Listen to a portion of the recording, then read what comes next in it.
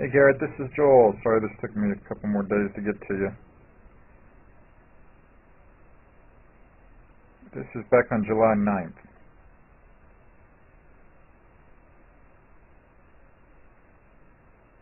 This is definitely when you're starting to hit it better, starting to draw almost everything. That's because you're beautifully on plane there. This is way back on July 9th. But that's why those ball flights started getting so good there in the middle of the summer. But then we want to just get that set up better. You see how much better it looks there. On the left, the new blue with some better knee flex. And so as a result, remember, you're not going to be pulling out of the circle as much through impact. So that was the main thing we did way back there on July 9th. To get more and more used to that, Garrett. Yeah.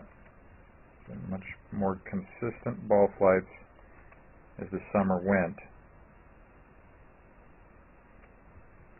because you got better with your setup.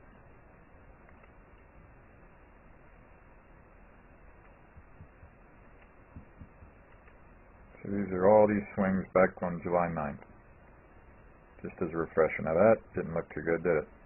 There you got more above it and then underneath it. So that ball started to the left for sure.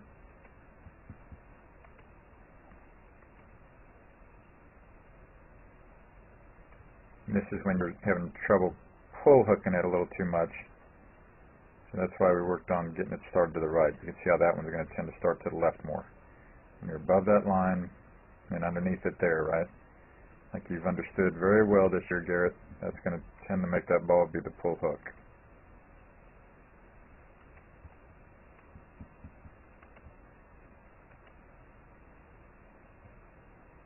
There you go. So there you see that ball starting to the right much better because it was on the plane line so much better there, Garrett.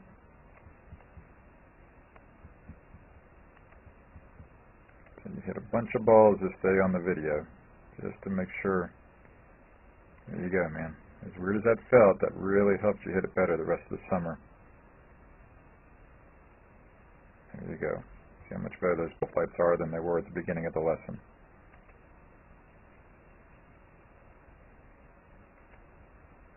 Definitely not pulled at all on those. And then about 10 days later on July 19th, wanted to check. There you go, man. That setup looks a lot better there than it did 10 days before starting out. And from face on,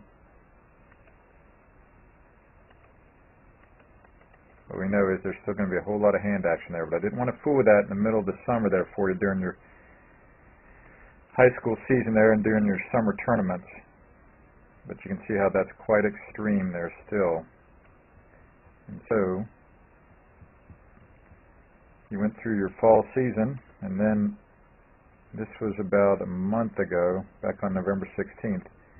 And as you said, you're hitting pretty well, except the driver at times was going a little bit both ways. And I was going to say that that's because you started out lined up so much to the right. There's the red flag over there on the right. There's the valley underneath your hands, and you see how you're lined up quite a bit to the right. And then from this face-on angle, you see how much you're ahead of it. So you have about 90% of your body in front of the ball at impact there, Garrett, where the tour players are going to have much more of their body at impact behind the ball. As you see here, that vertical line coming up from the ball for the tour players.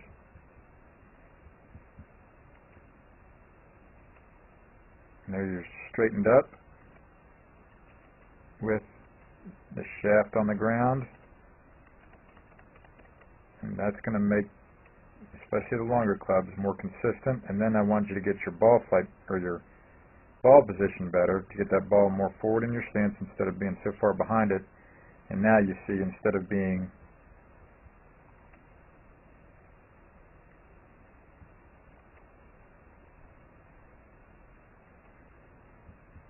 about 90% in front of the ball at impact, with your body. At least here on the left on the new blue, you're about 50-50. Much more your body is behind the ball. That's a much better look.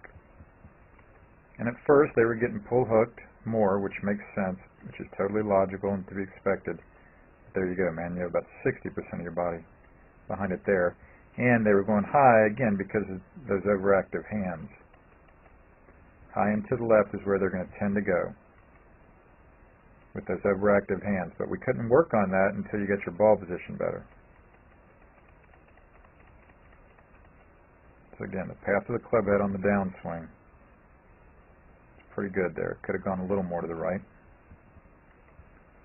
So now from here, you're going to see much more your body behind the ball at impact. There you have about 70% behind the ball instead of what we saw over there on the right starting out. And also I wanted you exactly to try and get that toe pointed down better. And there you see that's open there and nice and square, actually more open than what you see with tour players, but because your hands are so active, see that face really has to turn over like crazy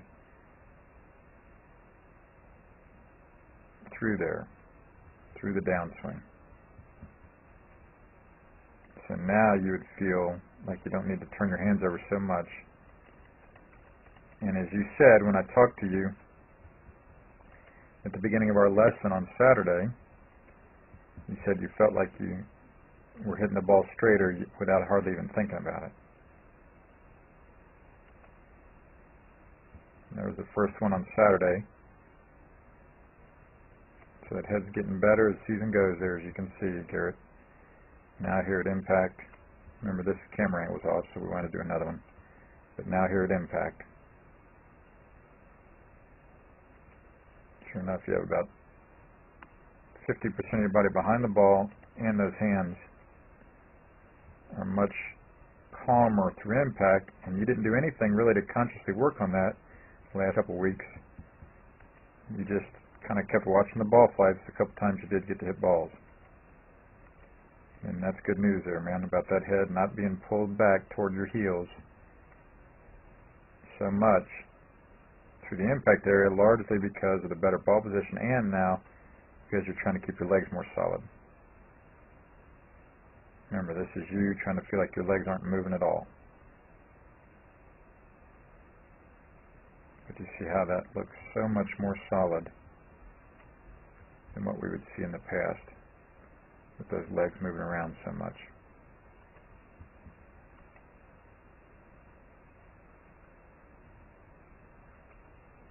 That right leg would straighten up and there'd be daylight between your calves and knees there. This is you feeling like you're not moving at all, and they're still moving more than we'd like. I'd like you to keep that right knee on the blue line. But still, that head makes the head better through impact. We're not pulling away from it so much. And again, from this face-on angle, this is you feeling like you're not moving your legs at all, Garrett. So really feel those legs and thighs tight, those knees and thighs tight as you go through the ball. As much as possible, Garrett, and that'll just continue to make those ball flights all the more consistent. Thanks so much, man. We'll be talking to you soon. Hi, this is Joel. I'm here at Dr. Todd Elworth's office. He's one of the best chiropractors in the region. He's a TPI certified golf fitness professional, and I really want you to know about him because he can help you a lot with your golf fitness, just as he's helped my young student Taylor here in the last year or so. How we met, Taylor came into my office with back pain. Basically what we took him through is numerous screens to find out why he had the back pain. I don't only treat back pain, but my second goal is to find out exactly why he has this problem. So we analyzed him, we find out he has some certain weaknesses, we're putting on some strengthening exercises. He's doing very well. He's done great. He's had very little back pain, and that's mainly because he injured himself working too hard at the golf course. So he's done his exercises, he's felt great. I'm very, very thankful that Todd's been able to help Taylor in this great way. And I want him to help you too if you have any questions at all about your golf fitness. Thank you. Thank you. This is Joel Suggs. I sure enjoyed meeting you down at the Cincinnati Golf Show this weekend and showing you your swing on the 2D equipment that I have. And so I want to take about 2 or 3 minutes to just show you around Meadowlink. This is the studio I use in the winter for all my students. You see there's the down-the-line camera angle for our 2D equipment, and then we have the face-on camera angle also, and then what we also have here is 3D equipment to where I can show you your swing from 6 different camera angles with this 3D equipment, and we can get your swing from down to the 1/120th of a second in terms of exactly what your hips, shoulders, and hands are doing in the swing. And then also, I have the most realistic hitting curve I've ever seen from puttersedge.com, so when you hit your full shot, it feels as realistic as possible. And then I have 3 different green speeds for you to practice your putting. 9.5 on the stem meter, 10.5 on the stem meter, and 12.5 on the stem meter. That's benefited my students tremendously.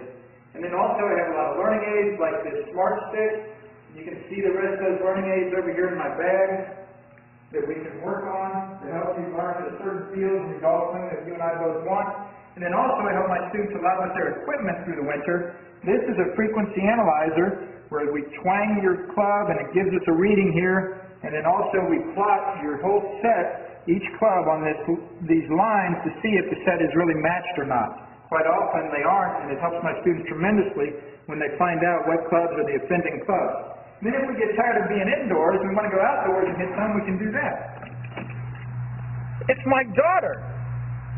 Ellie, good to see you. I haven't seen her in weeks. No wonder you've been gone, Ellie. You've been out here playing in the snow all this time.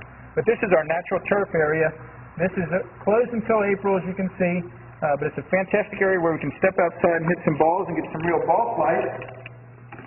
Or, if we get pretty satisfied and things are looking better on the video here, we're kind of cooped up inside and want to go outside, we can step on out and hit balls and see real ball flight for about 5 or 10 or 15 minutes, however long you and I can stand the cold, out into the air, and we see them land at these different flags. I have a yardage book for this driving range. It's the first one I've ever seen in my life where we know exactly what it is with the front, back, and middle of each green. And again, the covered area here is heated, so we stay out there for about 5, 10, 15 minutes, like I said. It enables us to see some ball flight, and then we get satisfied that things are looking the way we want, and we come back inside, take off our coat, and look again at the video equipment to see how your swing's looking, to make sure that you understand it.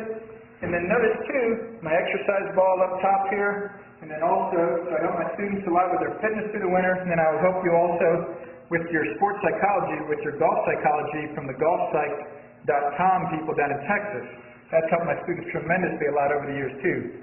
So again, I sure enjoyed meeting you down at the Cincinnati Golf Show this weekend. I look forward to seeing you again out here this summer at Meadowlinks, or even right now in the winter. I have a lot of people that work on their games with me right through the winter. Check out more information about the things I do to help you at joelsuggs.com. Take care.